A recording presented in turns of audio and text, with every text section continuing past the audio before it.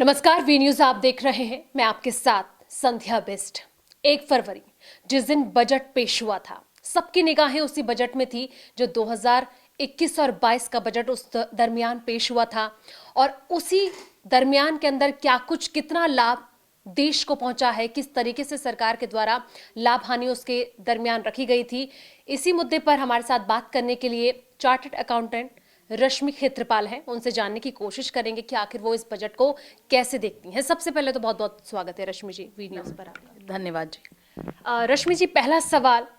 यही कि जो बजट पेश हुआ है 1 तारीख को, इसको किस तरीके से देखते हैं, क्या प्रतिक्रिया आपकी तरफ से? जी, सबसे पहले तो ये जो बजट पेश हुआ ये हमारे इतिहास में पहला डिजिटल बजट था, जिसके लिए मैं मैडम एफएम को बहुत बहुत शुभकामनाएं देना चाहूँगी कि कोविड के मुश्किल दौर में भी उन्होंने इस तरह का एक पहला स्टेप उठाया और पहला डिजिटल बजट पेश किया। बाकी अगर हम बात करें तो डिफेंस के लिए,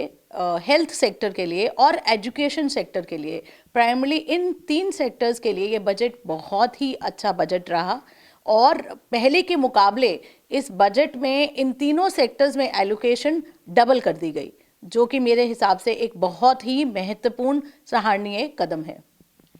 बिल्कुल रश्मि जी, जैसा कि आपने बताया कि किस किस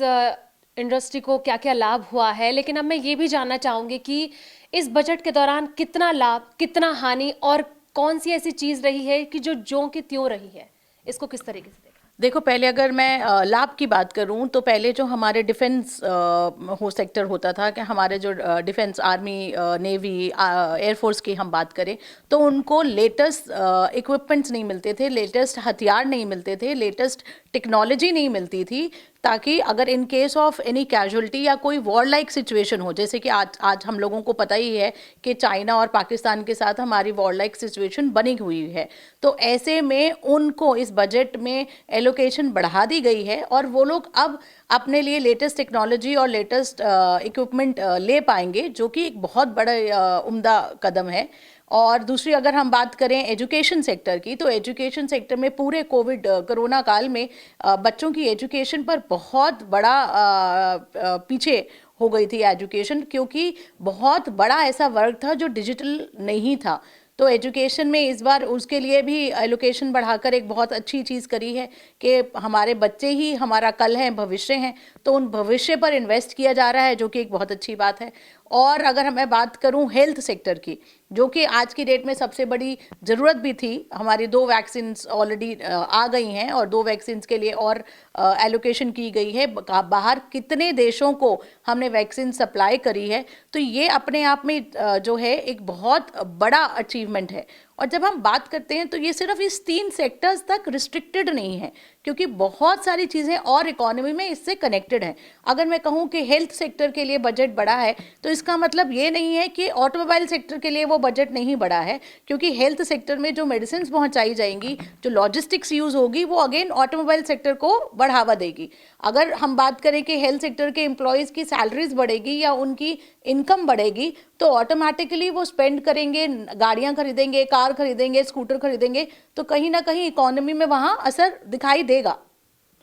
बिल्कुल, आपने ये तमाम जगत को लेकर जो सरकार ने रियायतें दी हैं इस बजट के दौरान और जो प्रॉफिट उनको होने वाला है वो आपने बताया, लेकिन एक शब्द जो बजट के दरमियान हमने अक्सर सुना है, जहां पर खुद वित्त मंत्री निर्मला सीतारमण ने भी उस शब्द का जिक्र किया था, वोकल फॉर लोकल। ये शुरुआत भी प्रधानमंत्री नरेंद्र मोदी ने कोरोना काल से शुरू किया था कि इंसान को इस तरफ जाना चाहिए। इसके शब्द का क्या मतलब निकला जा सकता है, और जो बजट के दौरान बार बार इस शब्द का यूज हो रहा था, इसको कैसे देख सकते हैं? देखिए, वोकल फॉर लोकल जो नारा हमें प्रधानमंत्री नरेंद्र मोदी जी ने कोविड के दौरान दिया, वो नारा सिर्फ एक कहने के लिए स्लोगन नहीं था, और इस बजट में उसका हमने असर देखा है। हर सेक्टर में प्रोडक्शन इंक्रीज हो सके, हम सेल्फ सफिशिएंट बन सके, हमें जितना ज़्यादा, अभी पहले हम बाहर से स्पेशली चाइना से बहुत ज़्यादा इंपोर्ट करते थे, हमारी रिलायंस चाइना पर इंपोर्ट के लिए बहुत बढ़ चुकी थी। तो इस बजट में बहुत एलोकेशन इस बात को की है कि वो सारी चीज़ें जिसको हम इंपोर्ट सब्स्टिट्यूशन भी कहते हैं, कि वो सारी चीज़ें जो पहले हम इंपोर्ट कर रहे थे, अब हम उसको इंडिया में ही प्रोड्यूस कर सकें और लोकली उसको यूज़ कर सके। तो वोकल फॉर लोकल जो उन्होंने कहा, और ना सिर्फ उस प्रोडक्शन को हम इंडिया में करें और यूज़ करें, बाकी हम और देशों में भी उसको सप्लाई करें। और इसका बहुत बड़ा उदाहरण है जो वैक्सीन हमारे यहाँ लोकली इंडिया में बनी और हमने और बाहर के मुल्कों को भी वो दी। बिल्कुल, अगर मैं उद्योगपतियों या उद्योग जगत की बात करूं तो इसको कितना लाभ मिला गया है मतलब बजट के दौरान?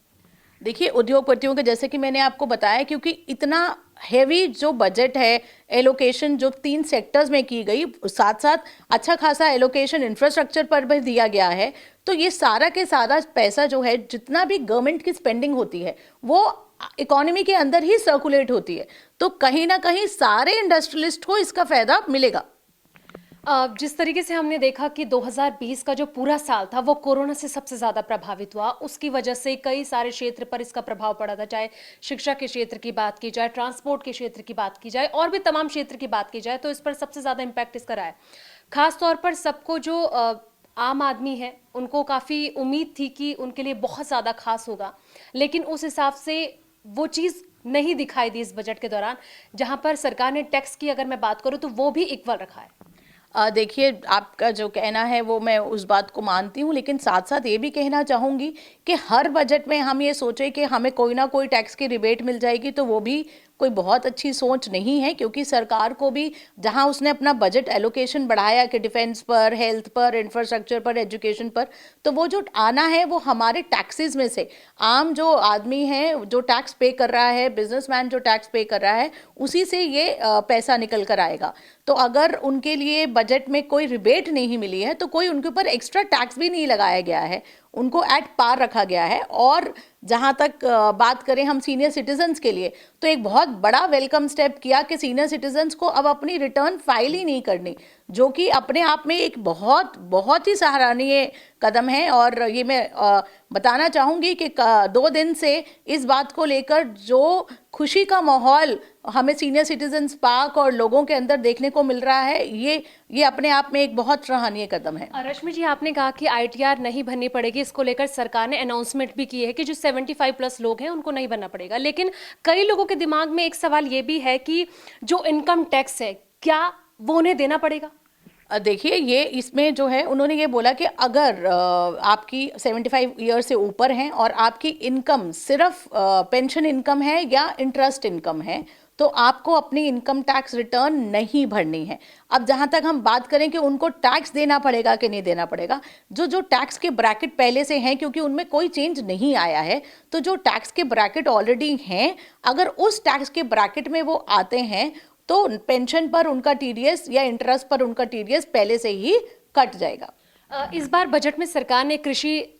सेस लगाया है, खासतौर पर पेट्रोल की बात करूं तो 2.5 लगाया गया है, लेकिन सरकार कह रही है कि इससे जो रेट है उसे नहीं बढ़ाया जाएगा, जिससे कहीं ना कहीं जो आम जन है उसमें काफी ज्यादा आक्रोश देखने को मिल रहा है। देखिए, आपने ठीक बात बोला, क्योंकि ये एक मिसअंडरस्टैंडिंग है लोगों के बीच में कि भाई रेट पेट्रोल के या डीजल के रेट बढ़ जाएंगे। जब सरकार ने बोला है कि रेट नहीं बढ़ेंगे, तो इसका मतलब कहीं ना कहीं सरकार उसको अपना खुद एब्जॉर्ब करने के मूड में है। तो हमें वेट करना चाहिए और बिल्कुल जंप नहीं करना चाहिए। हम लोगों में एक आदत होती है कि हम अच्छी चीज़ को छोड़ देते हैं और जो खराब चीज़ होती है हम उसके ऊपर पहले फोकस कर लेते हैं। तो हमें वेट करना चाहिए, देखना चाहिए कि क्या होता है और उसके बाद ही अपनी प्रतिक्रिया देनी चाहिए। इस बार कोविड की वजह से काफी चीजें प्रभावित हुई हैं, खासतौर पर स्वास्थ्य के नजरिए से अगर बात की जाए तो कई लोगों की जान भी गई है कोविड की वजह से, जहां पर सरकार ने 2.2 लाख करोड़ का बजट दिया है हेल्थ को लेकर। खासतौर पर अगर मैं कोविड वैक्सीन की बात करूं तो इसको लेकर 35,000 करोड़ अलॉट किया गया है सरकार की तरफ से।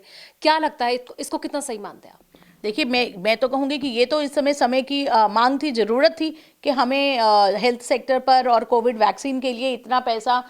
एलोकेट किया और हम खर्च रहे हैं, क्योंकि जब तक कोविड की वैक्सीन नहीं आएगी तो हम सामान्य जीवन नहीं जी पाएंगे और हमारी इकोनॉमी कहीं ना कहीं हैम्पर होती रहेगी। तो ये तो बहुत इम्पॉर्टेंट और ज़रूरी चीज़ थी जो दी गई है, और इसके लिए मैं शुक्रगुजार हूँ हमारी मैडम FM की कि उन्होंने इसके ऊपर इतनी तवज्जो दी। 75,000 करोड़ कृषि क्षेत्र को दिया गया है। खास तौर पर एक तरफ देश का किसान आंदोलन कर रहा है, वहीं पर सरकार ने कहीं ना कहीं किसानों के लिए रियायत भी दी है। लेकिन खास तौर पर अगर एमएसपी की बात की जाए, जिसको लेकर किसानों का हल्ला बोल भी है, उनका कहना है लिखित में एमएसपी दी जाए। आखिर सरकार ने ये अनाउंसमेंट बजट के दौरान क्यों नहीं की कि किसानों को एमएसपी हम लिखित में देने को तैयार हैं? हालांकि सरकार तो ये भी कह रही है कि एमएसपी जस के तस रहेगी। देखिए, सरकार ने बहुत बार ये ऐलान किया है और इस बजट में फार्मर्स के लिए जो इतनी अच्छी एलोकेशन दी गई है, ये अपने आप से सरकार की तरफ से एक संदेश बिल्कुल क्लियर है मोदी सरकार की तरफ से कि फार्मर्स के हित की बात हमेशा उनके लिए सर्वोपरि रहेगी। फार्मर हमारे देश में ना सिर्फ हम कहें कि सबसे मेजॉरिटी है, लेकिन हमें हमारा अन्नदाता है, तो इस बात को नज़रअंदाज नहीं किया गया है। बाकी जो गवर्नमेंट और फार्मर्स के बीच में डिस्कशंस चल रही हैं, उस पर आई थिंक काफ़ी डिस्कशंस हो चुकी हैं, सुप्रीम कोर्ट भी इन्वॉल्व हो चुका है। तो उसको एक पर्टिकुलर चीज़ को इसके अंदर लाना, क्योंकि वो मुद्दा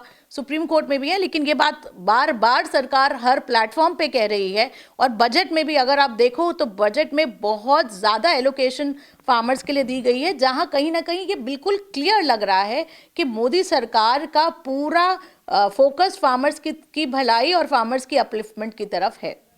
ये बात तो आपने कही कि सरकार का पूरा फोकस किसानों की तरफ है, खासतौर पर जो धरातल पर उस हिसाब से नजर नहीं आ रहा है, क्योंकि 11 दौर की बातचीत भी हो गई है। एक सवाल ये है, आखिरी सवाल मेरा ये कि लोकतंत्र के लिहाज से बात की जाए, जब बजट पेश हुआ था तो तानाशाही उस वक्त कहा जा सकता है इसको कि सरकार की देखने को मिली थी, क्योंकि विपक्ष, चाहे लोकसभा की बात की जाए, राज्यसभा की बात की जाए, तो वहां पर विपक्ष को अपना मुद्दा नहीं रखने दिया जाता है, जबकि उनका तो एक ही सवाल है कि किसानों की अनदेखी नहीं की जानी चाहिए, और जिस कारण कार्रवाई भी स्थगित कर दी जाती है। देखिए, मैंने पहले कहा कि मोदी सरकार का जो हमने देखा है इस इतना पूरे कार्यकाल में, हमने यही देखा कि मोदी सरकार का बहुत फोकस आम जन के ऊपर है। और जब हम आम जन की बात करते हैं तो फार्मर्स के ऊपर है, वर्कर्स के ऊपर है। आप बजट में देखो कि स्पेशल एम्फेसिस दिया गया है कि पीएफ जो है वो भी टाइम पर जमा हो, क्योंकि जो पीएफ टाइम पर जमा होता है उसी से जो वर्कर है, क्योंकि वर्कर जो प्राइवेट इंडस्ट्री में काम कर रहा है उसके पास और कोई सेविंग नहीं होती, उसको अगर अपनी लड़की की शादी करनी है, उसको अपना आगे फ्यूचर में पैसे की ज़रूरत है, तो वो पीएफ उसके लिए एक बहुत इंपॉर्टेंट सेगमेंट होता है। उस बात को भी तवज्जो दिया गया, एक छोटी सी छोटी चीज़ पर नज़र रखी गई है। तो मैं यही कहूँगी कि हमें सरकार पर भरोसा रखना चाहिए। और जैसे कि मैंने पहला कहा कि हम लोगों के अंदर ये बहुत आदत होती है कि हमको अच्छा नहीं देखना है, हमें क्या मिला हमें नहीं देखना है, हमें ये देखना हमें क्या नहीं मिला। तो अगर हम मुद्दा ही नेगेटिव रखेंगे तो हम नेगेटिव देखेंगे, अगर हम मुद्दा पॉजिटिव रखेंगे और ये देखेंगे कि कोविड के इस भयंकर कार्यकाल में जब कितने बड़े बड़े देशों ने घुटने टेक दिए, वहाँ भारत में प्रधानमंत्री मोदी जी के नेतृत्व में बीजेपी सरकार हमारी पूरी इकोनॉमी को खड़ी रखी, लोगों के अंदर मनोबल बढ़ा रहा और हमारी इकोनॉमी में काम चलता रहा। और जहाँ अभी भी हमें स्कोप लग रहा है वहाँ पर उन्होंने बहुत अच्छा बजट एलोकेशन किया है। वैसे तो देखो, बजट मैं कहूँगी अपने आप में एक हॉलिस्टिक बजट है, लेकिन फिर भी अगर आप बात करें कि क्या एक चीज़ और अगर मैं कहती तो इसमें और बजट में होना चाहिए, तो वो एक चीज़ ये कि ये कोरोना काल में जितनी भी हमारी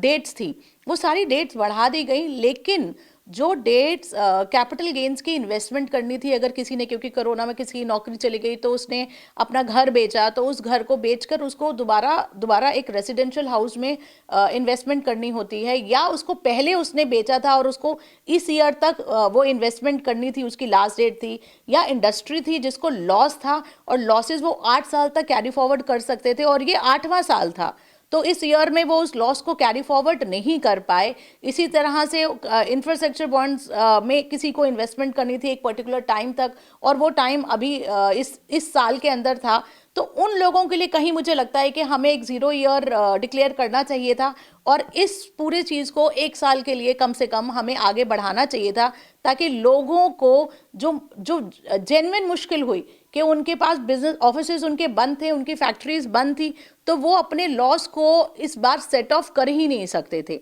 इसी तरह एक इंडिविजुअल जिसको इन्वेस्टमेंट करनी थी रियल एस्टेट में या इंफ्रास्ट्रक्चर बॉन्ड्स में, वो कर ही नहीं सकता था। तो मुझे ऐसा लगता है कि कहीं ना कहीं इस लिमिट को भी बढ़ाकर 1 साल बढ़ाना चाहिए था। बिल्कुल, तो ये थी रश्मि खेत्रपाल, सीए हैं, और खास तौर पर उन्होंने जिस तरीके से बताया कि क्या कुछ बजट में है, कितना लाभ किस जगत को मिला है, कितना हानि तो खैर जिस तरीके से उन्होंने बताया कि कहीं ना कहीं जो अनदेखी ना की जानी चाहिए, और जो सरकार की तरफ से बजट पेश किया गया है, कई सालों के बाद इस तरीके का बजट पेश किया गया है जो कई सालों से पहले नहीं हुआ था, ये बात उनकी तरफ से कही गई थी। ऐसी तमाम खबरों के लिए देखते रहिए वी न्यूज़।